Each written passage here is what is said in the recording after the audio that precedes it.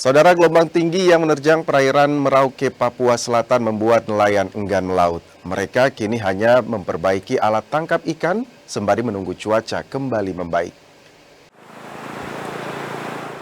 Hampir 2 bulan sudah, nelayan di pesisir pantai Lampu 1 Merauke, Papua Selatan tidak melaut.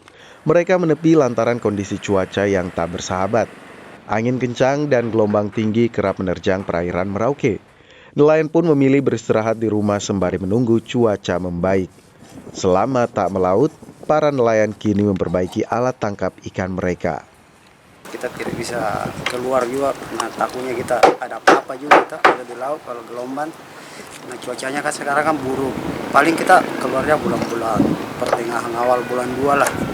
Kalau cuaca memungkinkan bisa keluar ya kita keluar, kalau tidak keluar juga sampai bulan 3. Itu kita kerja jaring, itu saja. Kita perbaiki jaring supaya kita tunggu cuaca bagus, begitu.